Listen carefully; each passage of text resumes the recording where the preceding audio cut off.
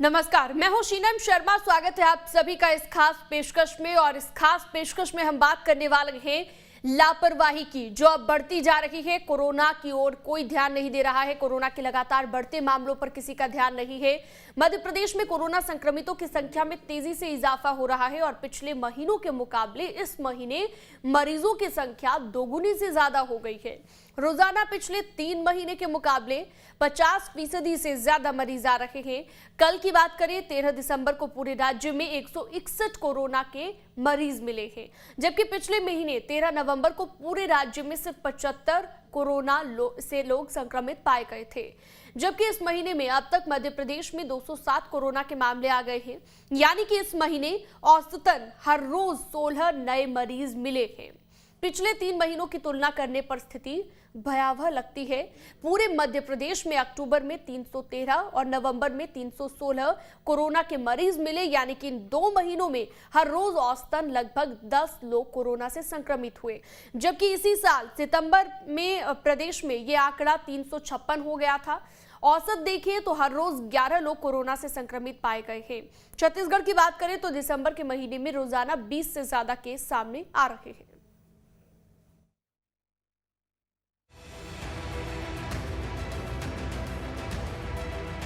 दुनिया भर में कोरोना की नई दहशत ने नया अलार्म बजा दिया है और इस दहशत का नया नाम है ओमिक्रॉन। ओमिक्रॉन कोरोना वायरस का वो नया वेरिएंट है जो दुनिया के करीब 60 देशों में अपनी मौजूदगी दर्ज करवाने वाले मौत के इस वायरस के भारत में 41 से ज्यादा मामले सामने आ चुके हैं। इनमें सबसे अधिक महाराष्ट्र में हैं, जहां कुल 20 मामले सामने आए हैं। इसके अलावा राजस्थान, कर्नाटक, गुजरात, केरल, आंध्र प्रदेश, दिल्ली और चंडीगढ़ में कोरोना का नया वेरिएंट पहुंच चुका है। अच्छी बात यह है कि मध्य प्रदेश और छत्तीसगढ़ में ओमिक्रॉन का कोई केस नहीं है, लेकिन कोरोना के केस लगातार बढ़ रहे हैं, जो चिंता का सबब है। तमाम कोशिशों के बाद भी मध्य प्रदेश में कोरोना संक्रमितों की संख्या बढ़ रही है। संक्रमण दर ऐसे ही बढ़ती रही तो कोरोना की तीसरी लहर आने में देर नहीं लगेगी। पिछले 24 घंटे में 18 लोगों में कोरोना संक्रमण की पुष्टि हुई है, जबकि पिछले एक हफ्ते का आंकड़ा भी डराने वाला है। 13 दिसंबर को 19 कोरोना पॉजिटिव मिले, 12 दिसंबर को 21 लोग कोविड की जद में आए, 11 दिसंबर 15 कोरोना पॉजिटिव मिले, जबकि 10 दिसंबर को 15 लोग कोरोना संक्रमित पाए गए। 9 दिसंबर को 19 लोगों में कोरोना की पुष्टि हुई, 8 दिसंबर को 14 तो 7 दिसंबर को 16 लोगों को कोरोना ने अपना शिकार बनाया। यानी प्रदेश में एक्टिव मरीजों की संख्या बढ़कर 160 के पार हो गई है। पिछले 25 दिन में 3400 से ज्यादा संक्रमित मिल चुके हैं। राजधानी भोपाल और इंदौर में संक्रमितों की संख्या ज्यादा है। कोरोना के क्षेत्र में पिछले 24 घंटे में संपूर्ण प्रदेश के अंदर 18 नए प्रकरण आए हैं, जबकि 15 लोग ठीक होकर अपने अपने घरों की ओर, गंतव्य की ओर गए हैं। संक्रमण दर हमारी 0.03% संपूर्ण प्रदेश में है, जबकि रिकवरी दर हमारी 98.6 पर स्थिर बनी हुई है। वहीं छत्तीसगढ़ में भी कोरोना फिर कहर बरसाने को तैयार है। पिछले 24 घंटे में छत्तीसगढ़ में 32 नए मामले सामने आए हैं। आंकड़ों पर गौर करें तो पिछले 7 दिन में कोरोना संक्रमण की रफ्तार तेजी से बढ़ी है। 13 दिसंबर को 32 नए मामले, 12 दिसंबर को 25 मामले, 11 दिसंबर को 40 नए मामले, 10 दिसंबर को 32 लोगों में कोरोना की पुष्टि, 9 दिसंबर को 40, 8 दिसंबर को 37 और 7 दिसंबर को 27 आंकड़े डरा रहे हैं। सरकार भी लगातार लोगों से अपील कर रही है कि वो कोरोना गाइडलाइन का पालन करें। असंभव कुछ भी नहीं है। तीसरी लहर को रोकने और नए वेरिएंट के सामने आने के बाद से भारत में सतर्कता पहले से ज्यादा बढ़ा दी गई है। खास तौर से एयरपोर्ट पर सबसे ज्यादा सावधानी बरती जा रही है और विदेश से आने वाले लोगों पर खास नजर रखी जा रही है, ताकि मौत के इस वायरस पर वक्त रहते काबू पाया जा सके। बस जरूरत है नियमों के पालन की। Team news state. Madhya Pradesh में कोरोना के मरीजों की संख्या में लगातार इजाफा हो रहा है। ये चिंता का सबब बना हुआ है। हमारे सहयोगी शुभम ने मध्य प्रदेश के चिकित्सा शिक्षा मंत्री विश्वास सारंग से खास बातचीत की। मध्य प्रदेश में वैक्सीनेशन को लेकर लगातार महाअभियान चल रहा है और अब तक 9 करोड़ से ज़्यादा डोजेस भी लग चुके हैं। आगे क्या कुछ सरकार करने जा रही है इसमें और कितनी तेज़ी होगी? क्या मध्य प्रदेश में पहला डोज पूरा हो चुका है? हमारे साथ बात करने के लिए चिकित्सा शिक्षा मंत्री विश्वास सारंग जी हैं। सर, लंबे वक्त से एक डेडलाइन आ रही थी, पहले सितंबर में फिर अक्टूबर में, कि पहला डोज अब पूरा हो जाएगा। क्या सरकार का पहला डोज पूरा हो गया? देखिए, लगभग हमारा पहला डोज पूरा हो गया है। हमने टोटल मिलाकर ये दोनों डोज आप बोलेंगे तो 9 करोड़ 47 लाख 70 हज़ार लोगों को वैक्सीन लगाई है। और ये जो 2011 की जो जनगणना है उसकी एस्टिमेटेड पॉपुलेशन हमने हर ज़िले में आकलन किया था और इस हिसाब से हमने टारगेट दिया था कि हम सभी लोगों को वैक्सीन लगाएं। और जिस प्रकार से हम देख रहे हैं कि पहला डोज का हमारा निष्पादन बहुत ही सफलतापूर्वक हो गया है। माननीय मुख्यमंत्री जी ने निर्देश दिया है कि हम सेकंड डोज भी दिसंबर के महीने तक पूरा कर लें। हम उस काम में लगे। 16 तारीख को हमारा महा वैक्सीनेशन अभियान है, उसके बाद भी चलेगा और हमें उम्मीद है कि हम इस महीने में टारगेट सेगमेंट को दोनों डोज लगा देंगे। जो विदेश से 2 शख्स आए थे, कोरोना पॉजिटिव थे, उनकी जो जीनोम सीक्वेंसिंग की रिपोर्ट थी वो क्या आ गई है? नेगेटिव आई है, क्या है? देखिए, अभी तक मध्य प्रदेश में कोई भी नए वेरिएंट की खबर नहीं है, ना ओमिक्रॉन ना किसी और तरह के वेरिएंट की। और हम लगातार जीनोम सीक्वेंसिंग के लिए हमारे सैंपल भेज रहे हैं और हम ये सुनिश्चित कर रहे हैं कि हर हिसाब से हम हर मुद्दे पर नज़र रखें। जो मेरा सवाल यही था कि जो जिनके टेस्ट हुए थे जीनोम सीक्वेंसिंग के लिए, जिन्हें सैंपल भेजे थे, लगातार जीनोम सीक्वेंसिंग के सैंपल जाते हैं और मैंने कहा कि किसी भी तरह के मध्य प्रदेश में ओमिक्रॉन का कोई भी केस है, ऐसी जानकारी नहीं है। चलिए, ये कम से कम एक अच्छी खबर है कि मध्य प्रदेश में अभी तक कोरोना का नया वेरिएंट ओमिक्रॉन को लेकर कोई नया मामला नहीं है। साथ ही साथ मध्य प्रदेश में सरकार की कोशिश है कि दिसंबर के माह तक दोनों ही डोज पूरे कर दिए जाए। वीडियो अनवर के साथ शुभम गुप्ता, न्यूज़ स्टेट भोपाल। बिल्कुल, तो देखिए, कोरोना के मामले हम नहीं कह सकते कि अभी भी हमें लापरवाही बरतनी चाहिए, क्योंकि सावधानी बरतने का ये वक्त है। इसके लिए लगातार वैक्सीनेशन पर भी सरकार जोर दे रही है। हमारे साथ हमारे संवाददाता दीप्ति चौरसिया भोपाल से जुड़ गई हैं, विनोद ग्वालियर से जुड़ गए हैं और छिंदवाड़ा से महेश हमारे साथ जुड़ गए हैं। सबसे पहले दीप्ति, आपके पास आते हुए भोपाल की या फिर पूरे ही मध्य प्रदेश की स्थिति हम समझ लें। इस वक्त सरकार सबसे ज्यादा कोशिश कर रही है कि वैक्सीनेशन को ज्यादा से ज्यादा बढ़ाया जा सके, क्योंकि सावधानी बरतनी है। और इसका जो एकमात्र जो अभी हम कह सकते हैं कि उपाय नजर आ रहा है कि अगर डबल वैक्सीनेटेड लोग हो जाएंगे तो थोड़ा सा हम थर्ड वेव पर जो है कंट्रोल कर सकते हैं। किस तरह की तैयारी आप देखती हैं अपने आसपास और सरकार कितनी सतर्क आपको नजर आती है? देखिए, जहाँ तक सतर्कता की बात है तो सरकार लगातार ये तो कह रही है कि सोशल डिस्टेंसिंग रखें, मास्क पहनें, जो कोविड-19 के जो गाइडलाइंस हैं उनका लगातार पालन करें। और दूसरा, सरकार ने जो इस तरीके के रिसोर्सेस होने चाहिए मेडिकल, उनकी सभी की तैयारी कर ली है। जिस तरीके से आशंका है कि कोई तीसरी वेव आ सकती है उसको देखते हुए, लेकिन इन सब के बीच में जो सबसे बड़ी चीज़ है कि लगातार जो है वैक्सीनेशन भी चलता जा रहा है, कि वैक्सीनेशन भी उसके साथ लगातार हो रहा है। वैक्सीनेशन को बढ़ाने की कोशिश की जा रही है कि जितना ज़्यादा वैक्सीनेशन होगा उतना कोरोना से लोगों को बचाया जा सकता है, क्योंकि कोरोना नहीं होगा ये तो बिल्कुल नहीं कहा जा सकता है, लेकिन लोगों को बचाया जरूर जा सकता है, क्योंकि अगर आप वैक्सीनेटेड होंगे तो आपकी इम्यूनिटी पहले से बेहतर होगी। दूसरी बड़ी बात कि कोरोना नहीं हो, इसके लिए सरकार तो लगातार यही कह रही है कि जो सोशल डिस्टेंसिंग है उसे मानो, जो लगातार जो मास्क लगाने की बात है उसे माना जाए। इसके साथ साथ जो है मास्क, सोशल डिस्टेंसिंग के साथ साथ सैनिटाइजर का लगातार उपयोग हो और किसी भी स्थिति में लोग खुद इस बात का ध्यान रखें कि वो कोविड अप्रोप्रिएट बिहेवियर कर रहे हैं या नहीं, क्योंकि पिछले दिनों से दिसंबर से जिस तरीके से केसेस और बढ़ने शुरू हुए हैं उससे लग रहा है कि कोरोना की हो सकता है कि थर्ड वेव आए। थर्ड वेव की आशंका उसको लेकर थोड़ी मजबूत हो रही है। तो यही वजह है कि जो सरकार की तैयारियां हैं वो मेडिकल फ्रंट पर हैं, जो सरकार की तैयारियां हैं वो अवेयरनेस फ्रंट पे हो सकती हैं, लेकिन इन सब के अलावा भी जो सबसे बड़ी चीज़ है गीतू वो ये है कि व्यक्ति विशेष कितना अब कोरोना अप्रोप्रिएट बिहेवियर कर रहा है, क्योंकि सब कुछ ओपन हो चुका है और इसके अलावा शादियां भी लगातार हो रही हैं, त्यौहार भी मनाए जा रहे हैं। तो ऐसे में लोग खुद कितना इस बात को ध्यान रखते हैं कि उनको कोरोना से बचाव के लिए क्या क्या करना है, क्योंकि जिस तरीके से अब सब जगह से एक एक करके केस आते जा रहे हैं और लगभग पहले हम ये कह सकते थे और ज़्यादातर जो केस आ रहे हैं वो ट्रैवल हिस्ट्री के भी आ रहे हैं, शादियों के भी आ रहे हैं।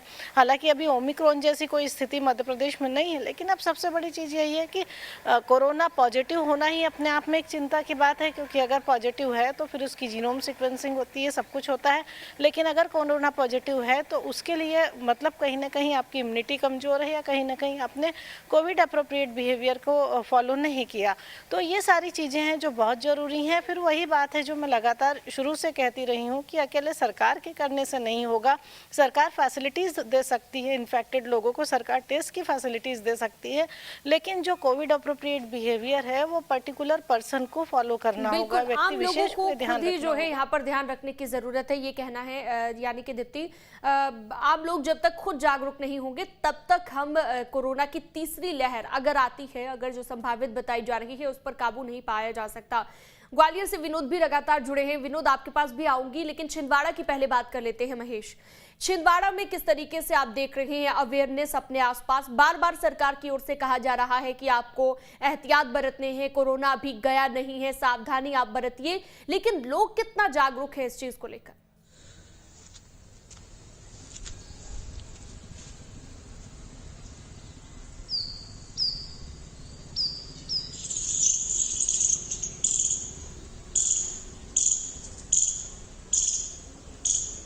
महेश, आवाज मिल पा रही है आप तक? आधिकारिक आंकड़ा था जी। अभी वर्तमान में जो है एक महिला मरीज जो है आ रही है।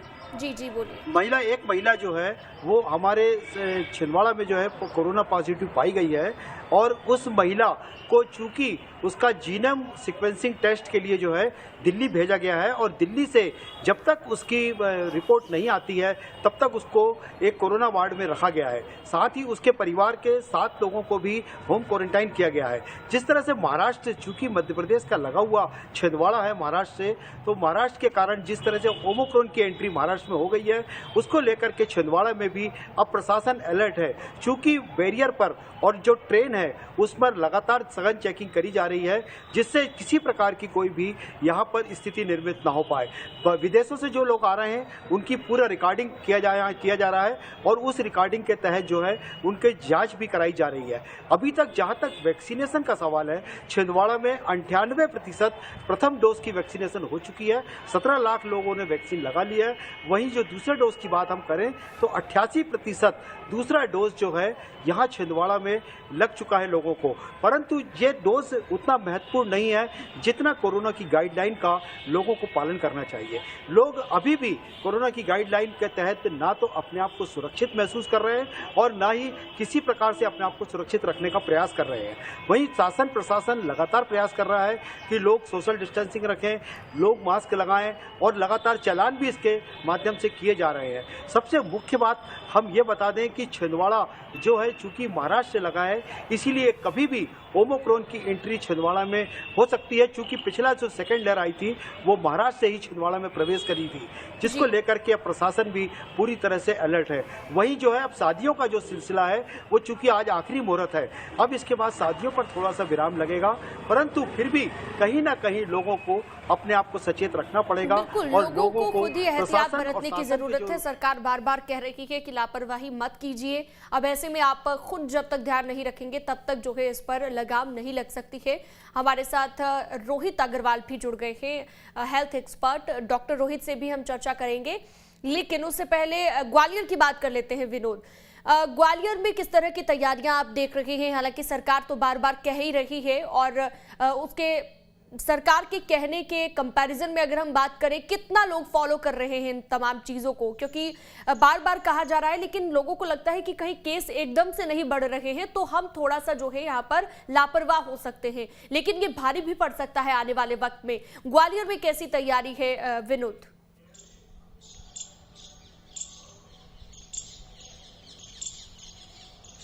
बिल्कुल, देखिए मैं बता दूं, जिस तरह से आपने पूछा कि लोगों की जो लापरवाही है वह लोगों पर भारी पड़ सकती है, वाकई में भारी पड़ सकती है। कल भी हमने देखा था, पिछले 2-3 दिन से यहाँ 3 दिन पहले मुख्यमंत्री शिवराज सिंह चौहान भी थे, बड़े बड़े कार्यक्रमों में वो गए, शादियों में समारोह में भी शामिल हुए थे। कल ज्योतिरादित्य सिंधिया ने जिला प्रशासन के साथ रात में एक बैठक की और उसमें भी तमाम प्रोजेक्ट की उन्होंने समीक्षा की, उसमें कोरोना पर भी उन्होंने चर्चा की और कहा कि कोरोना की गाइडलाइंस को फॉलो करवाइए और कोविड मध्य प्रदेश में कैसे रोका जाए इसके ठोस कदम उठाइएगा। लेकिन मध्य प्रदेश में आज कोई भी ऐसा जिला नहीं है जहां बड़ी संख्या में शादियां न हो रही हों। प्रशासन के कहने में और धरातल पर देखने में एक बहुत बड़ा अंतर नजर आता है। ग्वालियर के आसपास अगर 7-8 जिलों की हम बात करते हैं, ग्वालियर चंबल संभाग की, तो महज 1 या 2% लोग ही ऐसे हैं जो अभी पूरी तरह गाइडलाइंस का पालन कर रहे हैं। शादियों में हजारों की भीड़ हो रही है। मंत्रियों की यहाँ 2-2 शादियां हुई, 25-25 हजार की भीड़ हुई। मध्य प्रदेश सरकार के मंत्री हैं, जमघट लगा हुआ था, लेकिन किसी के चेहरे पे मास्क नहीं था। तो ये पूरी लापरवाही है और इन पर लगाम तभी लगती है जब प्रशासन सख्त हो जाता है, जब प्रशासन आदेश जारी करता है, तब इन पर लगाम लग पाती है। तो इसके मायने ये है कि शासन कह तो जरूर रहा है लेकिन सख्ती से पालन नहीं करवा पा रहा है। अभी केवल एक तौर पे हिदायत दी जा रही है। शासन भी इस बात को समझ रहा है, जो जिला स्तर के अधिकारी हैं, चाहे वो CMHO हो या कलेक्टर, वो भी समझ रहे हैं कि अभी कोविड का इतना ज्यादा असर नहीं है, तो लोगों को ज्यादा सख्ती बरतना भी नहीं चाहिए। लेकिन ये ढिलाई और यही लापरवाही पिछली लहर में हम देख चुके हैं। अचानक से जिस तरह से केस बढ़ने लगे तो फिर उसको कंट्रोल नहीं किया गया। जी। अब धीरे-धीरे आने वाले वक्त में ये लापरवाही जब भारी भी पड़ सकती है। विनोद, आप बिल्कुल सही कह रहे हैं और पहले भी हम ये देख चुके हैं। पहली जब दूसरी लहर आई थी तो उस दौरान भी जो है एकदम से केसेस बढ़ना शुरू हो गए थे। दीप्ति, हम लगातार मध्य प्रदेश की बात कर रहे हैं, जीनोम सीक्वेंसिंग की भी बात कर लेते हैं क्योंकि इससे पहले कोरोना की हमने बात की। चलिए दीप्ति, मैं आऊंगी आपके पास। हमारे साथ Rohit Agarwal, health expert doctor साहब जुड़े हुए हैं। डॉक्टर साहब, आपसे हम समझना चाहेंगे कि ओमिक्रॉन का खतरा जिस तरीके से अब लगातार बन रहा है, ओमिक्रॉन को कितना खतरनाक माना जाए, इस बारे में भी जानकारी दीजिएगा। और साथ ही कोरोना से लापरवाही जो लोग अभी इस वक्त बरत रहे हैं, आने वाले वक्त में भारी भी पड़ सकती है, इसलिए कुछ टिप्स भी दीजिएगा जिनके जरिए आप थोड़ा सा अपनी इम्यूनिटी स्ट्रांग कर सके। नमस्ते।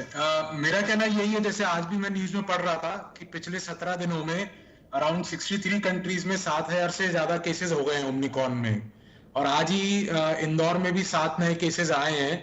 तो इसका एहतियात वही जो 3 रूल हमारे पहले से सरकारी लोग बोल रहे हैं, जो 3 मेन रूल है आपका, सोशल डिस्टेंसिंग, मास्क पहने और सैनिटाइजर इस्तेमाल करें कंटिन्यूअसली। यही 3 अपने मेन सिद्धांत हैं जो अगर हम सब लोग फॉलो करेंगे तो जैसे हमारे साथ हुआ था सेकेंड वेव जो आई थी, तो वैसा दुर्दशा होने की संभावना नहीं रहेगी। सिर्फ मास्क लगाए रखें, सोशल डिस्टेंसिंग रखें और क्या कहते हैं, हाथों को सैनिटाइज कंटिन्यूअसली करें तो हम लोग सब सेफ रहेंगे। सेकेंडली, वैक्सीनेशन करवाएं। आज भी हम लोग देख रहे हैं, हम लोग हॉस्पिटल सेटअप में काम कर रहे हैं तो सरकार अपनी तरफ से पूरी कोशिश कर रही है, फ्री वैक्सीन दे रहे हैं। हम लोग भी हॉस्पिटल्स में सबको फ्री वैक्सीन देने की कोशिश कर रहे हैं, बट काफी लोग आज भी हिचकिचाते हैं वैक्सीनेशन करवाने से।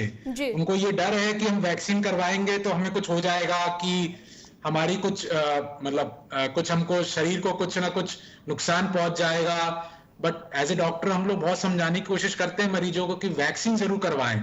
आपके पास यही दो उपाय हैं। एक और चीज, वैक्सीन करवाने के लिए लगातार प्रेरित किया जाता रहा है, लेकिन ओमिक्रॉन के नेचर की हम बात करें, कोरोना से तो बचने की हिदायत हर किसी को दी ही जा रही है और एहतियात बरतने को कहा जा रहा है, लेकिन ओमिक्रॉन जो नया वेरिएंट आया है, इसके नेचर को हम समझना चाहें तो कितना खतरनाक है ये पहले के मुकाबले। हालांकि बताया जा रहा है कि संक्रमण ज्यादा तेजी से फैलता है, लेकिन इतने केसेस अब तक नहीं आए हैं।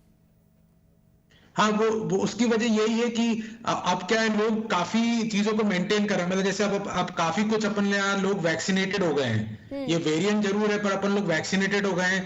काफी लोगों के अंदर हर्ड इम्यूनिटी डेवलप हो गई है, जो अपन ने उस टाइम भी अपन बात कर रहे थे फर्स्ट वेव के बाद, कि टाइम के साथ लोगों में हर्ड इम्यूनिटी डेवलप हो जाती है, नेचुरल एंटीबॉडीज बनने लगती है, तो उससे काफी लोग अब स्ट्रांग हैं।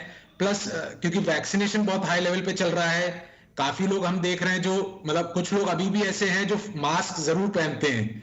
अगर आप मेट्रोज में चले जाइए या जहाँ पे जैसे हॉस्पिटल्स में कुछ लोग अभी भी आते हैं तो they are wearing mask. Hospital के बाहर जाके जरूर वो मास्क उतार देते हैं, बट लेकिन अभी भी कुछ लोगों में है कि भी मास्क पहन रहे हैं। तो मेन उसका यही है, अगर आप मास्क पहने रहे और सोशल डिस्टेंसिंग रखें तो सब चीजें ठीक रहेंगी।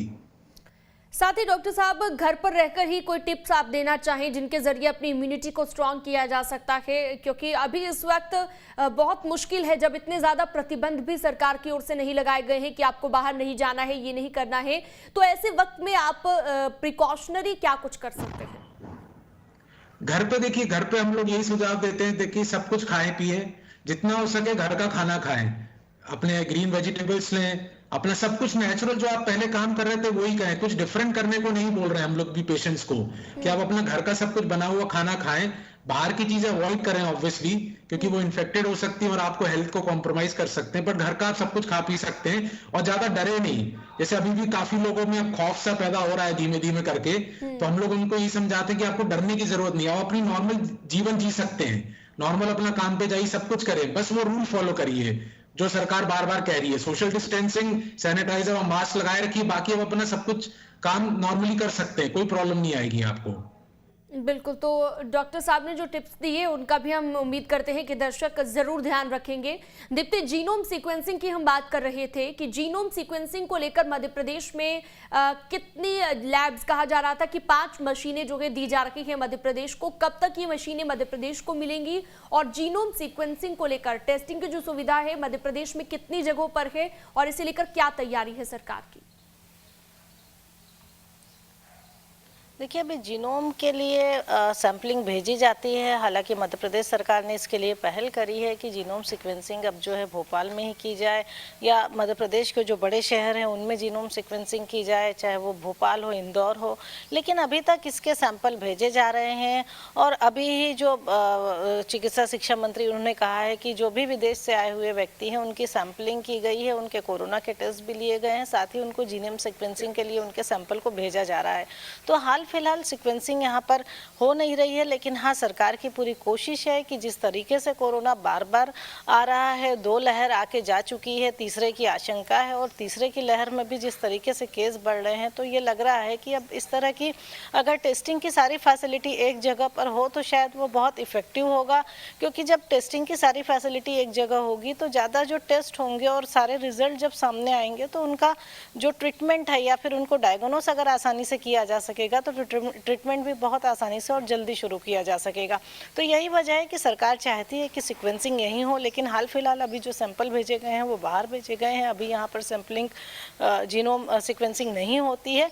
लेकिन अगर ये सारा डायग्नोस तेज़ी से हो सकता है, क्योंकि ये जिस तरीके का वेरिएंट है, कोरोना जिस तरीके से आ रहा है, नए नए वेरिएंट में आ रहा है, कभी अल्फ़ा आ रहा है, कभी अल्फ़ा प्लस आ रहा है, कभी जो है ओमिक्रॉन आ रहा है, तो यही वजह है कि अगर इसको एक साथ एक ही जगह सारे डायग्नोस करने की फैसिलिटी मिलेगी तो ट्रीटमेंट आसानी से दिया जा सकेगा और कोरोना से जो नुकसान होता है, जो जान का नुकसान होता है, उसको कहीं ना कहीं कंट्रोल किया जा सकेगा। तो इसकी पूरी कोशिश जो है सरकार की तरफ से की जा रही है।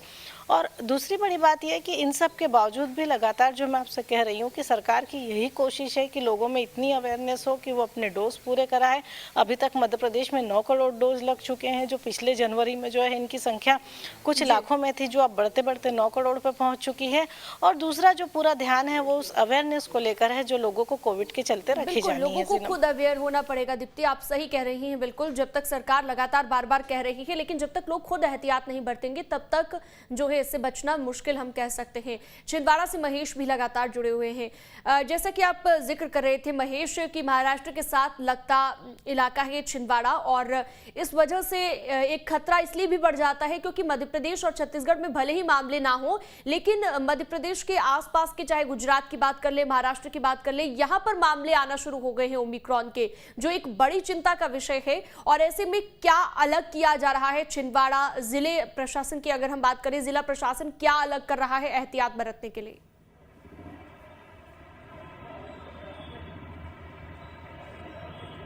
छिंदवाड़ा जिला प्रशासन ने जो है ये तो जीनोम सीक्वेंसिंग का जो टेस्ट है उसमें स्पीड लाने के लिए यहाँ से तत्काल सैंपल जो है बाय प्लेन यहाँ से भेजे जा रहे हैं और उसकी रिपोर्ट जो है 4 दिन के अंदर यहाँ प्राप्त हो रही है। परंतु दूसरी बात जो है, चूंकि महाराष्ट्र से लगा हुआ है छिंदवाड़ा, और छिंदवाड़ा चूंकि महाराष्ट्र की बॉर्डर पर है और छत्तीसगढ़ की बॉर्डर पर है और गुजरात की बॉर्डर पर है, तो इसको लेकर के जो जिला प्रशासन ने व्यवस्था बनाई है कि जो लोग ट्रेन से आ रहे हैं छिंदवाड़ा, उनका रेलवे स्टेशन स्टेशन पर पूरा स्कैनिंग हो रहा है, उनकी पूरी जांच हो रही है और यदि उनके पास में नेगेटिव रिपोर्ट नहीं है तो उनको यहाँ पर 7 दिन के लिए होम क्वारंटाइन भी करा जा रहा है। दूसरी बात जो प्रशासन ने यहाँ करी है कि जो बॉर्डर है उन बॉर्डर को पूरी तरह से सील किया हुआ है। जो लोग बॉर्डर से बाय रोड आ रहे हैं उन सब की जाँच भी वहाँ पर बॉर्डर पर की जा रही है। जिला अस्पताल में लगातार जो है पूरी व्यवस्थाएं यहाँ बनाई गई है और इन सब व्यवस्थाओं के बीच लगातार जिस तरह से अभी एक महिला कोरोना पॉजिटिव आ गई थी तो उसको लेकर के भी प्रशासन ज़्यादा अलर्ट हो गया था। उसके घर को होम क्वारंटाइन कर दिया गया है। 7 लोगों के जांच के सैंपल लिए गए हैं। महिला को चूंकि थोड़ा सा प्रॉब्लम ज़्यादा हो रहा था तो वो नागपुर उसको रेफर किया गया है और नागपुर में उसका इलाज चल रहा है। वहीं जो पिछले साल जो सेकेंड दौर आया था उस दौर में 120 लोगों की जो मौत हुई थी उससे जिला प्रशासन पूरी तरह अलर्ट है और किसी प्रकार की कोई कोताही बरतने की यहाँ पर कोशिश नहीं की जा रही है। लगातार जो है कलेक्टर और एसपी और लगातार स्वास्थ्य विभाग के अधिकारी लगातार बैठकें कर रहे हैं और हर चीज पर पहलुओं पर निश्चित रूप से ध्यान दे रहे हैं। बिल्कुल, लगातार बैठकों के जरिए भी यानी कि हम कह सकते हैं कि चर्चा की जा रही है और कोशिश की जा रही है कि एहतियातन तौर पर जो किया जा सकता है थर्ड वेव को रोकने के लिए। हमारे साथ डॉक्टर साहब भी लगातार जुड़े हुए हैं। रोहित जी, आपसे हम ये भी समझना चाहेंगे एक आखिरी संदेश जो आप देना चाहें हमारे दर्शकों को। ये एक ऐसा वक्त है जब अगर हमने सावधानी नहीं बरती तो आने वाले वक्त में ये लापरवाही और ज्यादा भारी पड़ सकती है। एक आखिरी संदेश आपका। As a health care worker मेरी सभी से बस एक ही रिक्वेस्ट है, जो अपने 3 संदेश सरकार हमसे दे रही है इतने समय से, फर्स्ट वेव से अभी तक, बस उसी को फॉलो करें। अपना मास्क पहने, सोशल डिस्टेंसिंग मेंटेन करें, हाथों को सैनिटाइज करें और सबसे बड़ी और जरूरी चीज वैक्सीनेशन जरूर करवाएं। ये सभी से मेरी रिक्वेस्ट है, वैक्सीनेशन जरूर करवाएं, क्योंकि अभी भी कुछ लोग हैं जो वैक्सीनेशन नहीं करवा रहे हैं, वजह चाहे कुछ भी हो, ये एकदम सेफ है। वैक्सीनेशन जरूर करवाएं और अपनी जिंदगी को एकदम नॉर्मल तरीके से जिए। पर ये 3 रूल आपको जरूर फॉलो करने हैं। आप भी अपील कर रहे हैं और हम भी अपने दर्शकों से यही अपील करते हैं कि वैक्सीनेटेड जरूर हो, क्योंकि अगर आप डबल वैक्सीनेटेड होंगे, इम्यूनिटी पावर अगर स्ट्रांग होगी तो आप कोशिश कर सकते हैं जो है, अगर आपको इन फ्यूचर कभी कोरोना हो जाता है तो भी आपको जो है एक बूस्टर के तौर पर इम्यूनिटी मिलेगी। बहुत बहुत शुक्रिया आपका जुड़ने के लिए तमाम लोगों का, और साथ ही हमारे साथ हेल्थ एक्सपर्ट भी जुड़े रहे, तमाम संवाददाता भी जुड़े रहे। तो कोरोना से बचना है तो अभी से सावधानी बरतनी होगी। फिलहाल मुझे दीजिए इजाजत, नमस्कार।